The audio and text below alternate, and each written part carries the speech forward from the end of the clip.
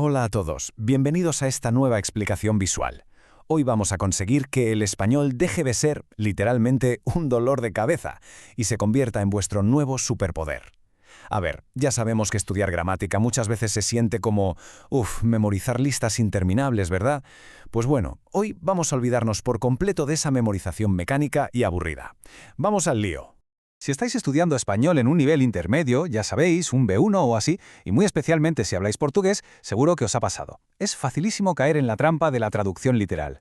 Las preposiciones son casi siempre esos pequeños falsos amigos que, oye, no encajan ni a la de tres entre un idioma y otro. Así que hacernos preguntas como estas que veis es, sin duda, el primer paso, el paso vital para dominar de verdad las conexiones de este idioma.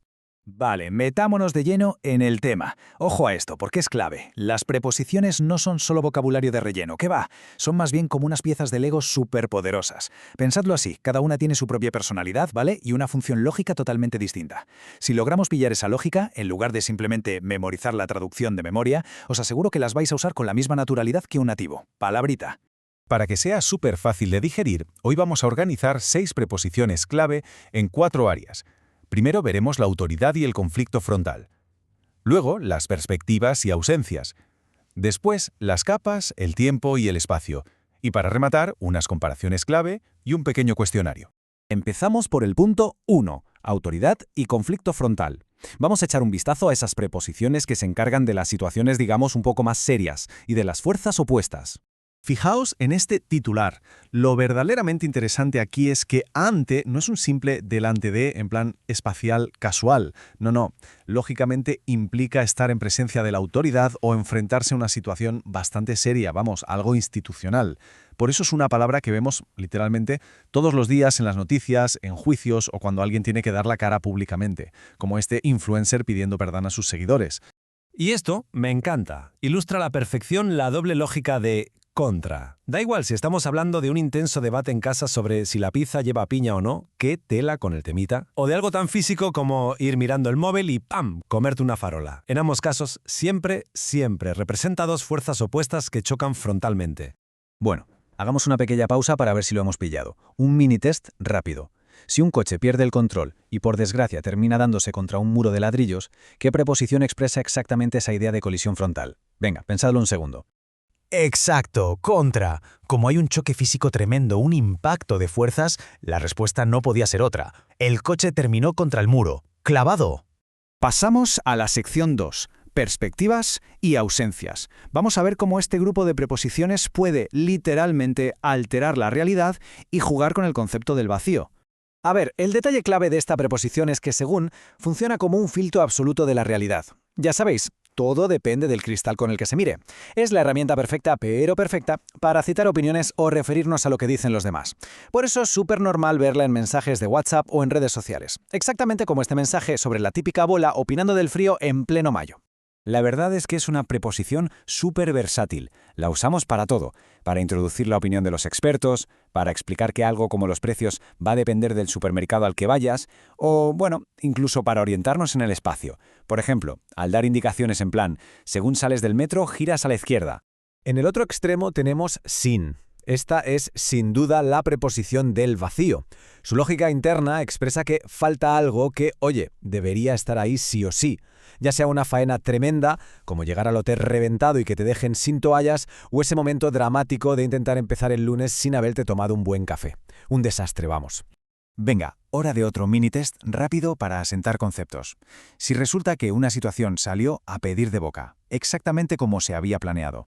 Es decir, si dependió o se ajustó a la perspectiva del plan inicial, ¿cuál es la palabra que nos falta en esta frase? Eso es, según.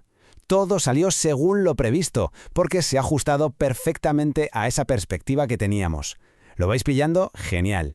Vamos a por la tercera parte. Capas, tiempo y espacio. Aquí vamos a trastear con las dimensiones físicas, las capas abstractas y, el misterio de lo que viene después.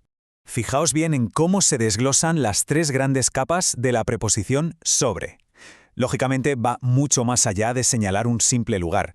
Funciona en el espacio físico para decir que algo está literalmente encima de vuestro teclado. Opera en una capa más temática, como cuando te metes a leer un hilo interminable en Twitter sobre teorías de la conspiración, y por supuesto actúa en una capa temporal para dar una hora aproximada, en plan, venga, nos vemos sobre las 7. Y así llegamos a atrás. Ojo con esta porque tiene su aquel. Representa eso que sigue en el tiempo o el espacio, como cuando, por fin, desvirtualizas a tus compis de empresa tras meses y meses de teletrabajo. Pero la magia detrás es su estilo. Coge cualquier frase y la eleva al instante, dándole un toque súper elegante, mucho más formal y literario. Tercera prueba rápida. ¡Vamos allá! Si queremos expresar una capa puramente física, por ejemplo, que nos hemos dejado una chaqueta descansando en la parte de arriba de una silla, ¿qué preposición encaja mejor en ese hueco?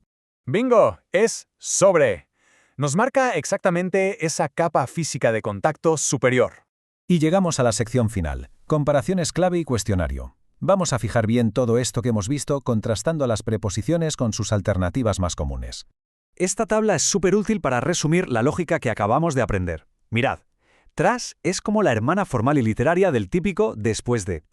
Por su parte, sobre es una herramienta multicapa total para posiciones o temas, mientras que encima de se queda solo para lo puramente físico. Y mucho ojo a esto. Contra siempre necesita un impacto, un choque frontal, a diferencia de agia, que marca la dirección, sí, pero sin ninguna colisión. En definitiva, puede que en español tengamos menos preposiciones que en otros idiomas, pero como habéis podido comprobar, estas palabras echan auténticas horas extras, conectan ideas súper complejas, ante para lo serio, contra para los choques, según para los puntos de vista, sin para el vacío total, sobre para las distintas capas y tras para darle ese toque sofisticado a lo que ocurre después.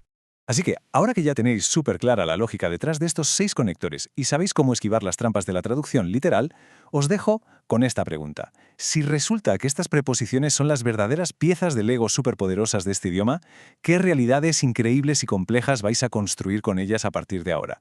Ha sido un gustazo acompañaros en este recorrido visual. ¡Hasta la próxima!